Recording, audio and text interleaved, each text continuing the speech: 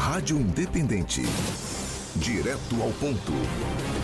Em nome de Colégio Madre Bárbara, da educação infantil ao ensino médio para a vida, a tradição que abraça o amanhã. Matrículas abertas, acesse matricula.redicm.org.br e também Heineken, tecnologia em higienização. Conheça a linha Via Vale, produtos desenvolvidos para o seu cuidado e bem-estar no seu lar. Acesse nossas redes sociais, @Produtos Via Vale.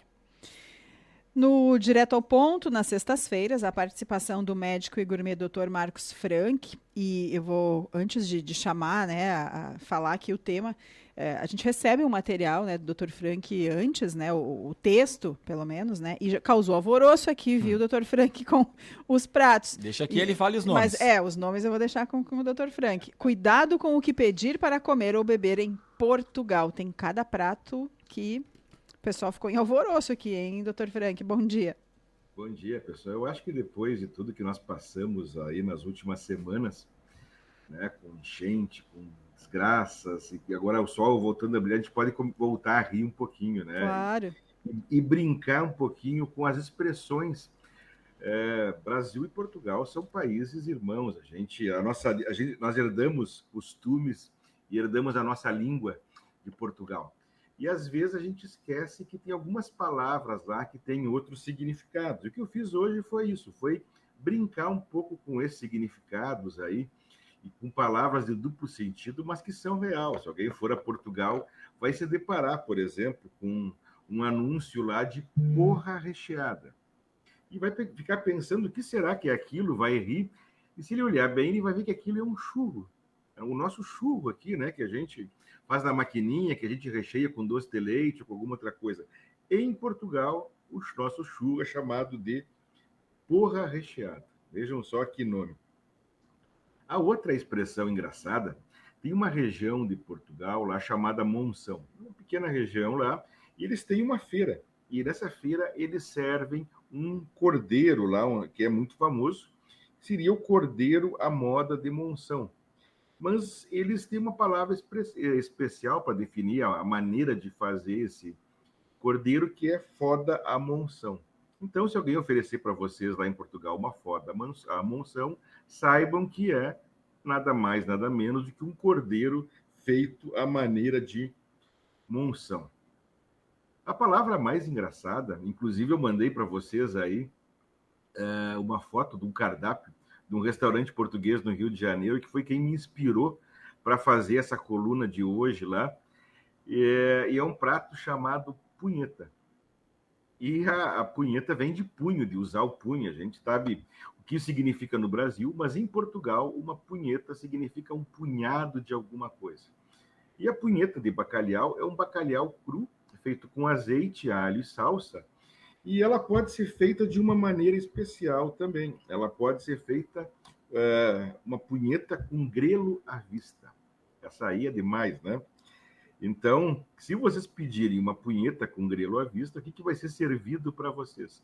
Uma porção de bacalhau cru, dentro daquele molho, e os grelos são folhas de nabo. A gente usa o nabo na culinária japonesa, né? Ele é picadinho, aquela parte branca que vem. Os portugueses usam as folhas de nabo e chamam isso de grelo. E está feita a confusão aqui no Brasil. Tem uma palavra que é mais comum para nós gaúchos, né? Mas que é muito estranha. Quando um gaúcho vai para o Rio de Janeiro, vai para o Nordeste, entra numa padaria e a gente olha aquele pequeno pão francês de 50 gramas e a gente pede um cacetinho e o pessoal do resto do Brasil nos estranha, porque eles chamam aquilo de pãozinho ou pão francês. E essa expressão de chamar o pão francês de cacete é uma expressão típica de Portugal e que nós gaúchos aqui aprendemos a utilizar. Quem sai da balada, muitas vezes aqui no Brasil, na madrugada, vai comer um podrão, que é como a gente chama, às vezes, um X ou um cachorro-quente. Os portugueses eles têm um prato especial para esse momento, para comer depois das festas, que é o prego ao prato. E o prego ao prato nada mais é que um pão, uma espécie de cacetinho, com um bife fininho dentro, e que é, então, o bife, o molho do bife molha o pão, e aquilo ali fica saboroso, é o prego prato. Tem ainda o secreto, ou o segredo de porco preto. O secreto é um músculo que tem dentro do toicinho. Então, nada mais é de que um porco preto, que é um tipo de porco temperado. Tem o pica-pau, que é como eles chamam lá o picadinho, né? Então, tem alguma expressão aí. E tem a roupa velha, que nós chamamos aqui no Brasil de restaudanté, né?